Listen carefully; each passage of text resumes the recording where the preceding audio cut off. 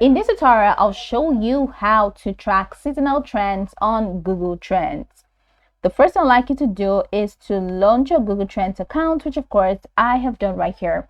Now, how can you create an account on Google Trends? But it's simple. Launch in the browser of your choice and locate the search bar. In the search bar, type trends.google.com. That's going to take you to the official website for Google Trends. Now, in there, you don't have to go through the rigorous process of creating an account because it's integrated into your Google account. So once you get into the website, it automatically creates an account for you. From this homepage, let's see what we can do to see how we can track seasonal trends on Google Trends.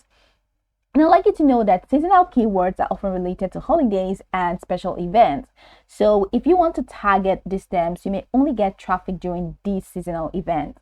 So I'm just going to show you how you can do that. From this homepage, head over to the top corner where you have this Home, Explore, and Trending Now. Now go ahead and click on Explore. Once you click on Explore,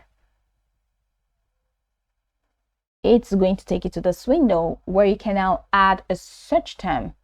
So for this search term, I'm going to add a search term that is seasonal.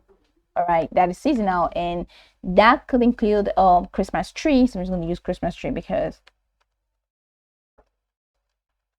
Christmas tree. So you can actually use these filters. This says Nigeria. You can set it to the region that you want it to be. I'm just going to take it to worldwide. So you can check within the past 12 months to see how it's used, and you can use all categories for you to categorize this, and you can use web search as well.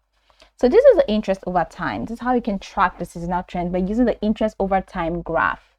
So you can see that as at this, let's say 21st to 27th May, you can see the interest is really low, and you can go all the way, just move your cursor and you can just keep tracking it. This is 2nd to 8th July. It's still low, it's at 5, and this is dropping down to 3 to 4, and you see it's increasing a bit now. This 24th to 30, it's increasing, and this is 22nd to 28, it's increasing. That's 16, and you now even have from 5th to 11th of November 2023, it's 47, and 12th to November 2023, it's 58% interest, and get over to 100. So from 26th November to 2nd December, it's at 100%. So it means at this particular date or within this particular period, the interest is spiked. All right, so that's what you call high peak season. So this is the high peak season.